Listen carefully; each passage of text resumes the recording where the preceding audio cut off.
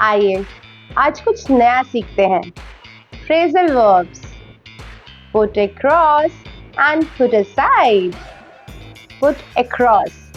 किसी बात को समझना।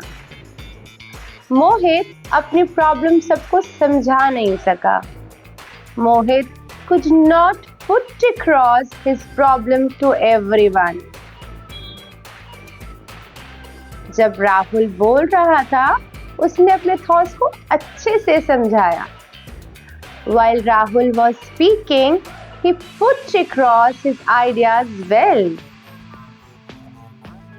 Put aside. Put aside किसी चीज को कुछ समय के लिए अलग रखना। मैंने अपने सारे काम कुछ समय के लिए एक तरफ रख दिए। I put aside all my work for a while. उसने मुझसे बात करने के लिए फोन एक तरफ रख दिया। She put aside her phone to talk to me.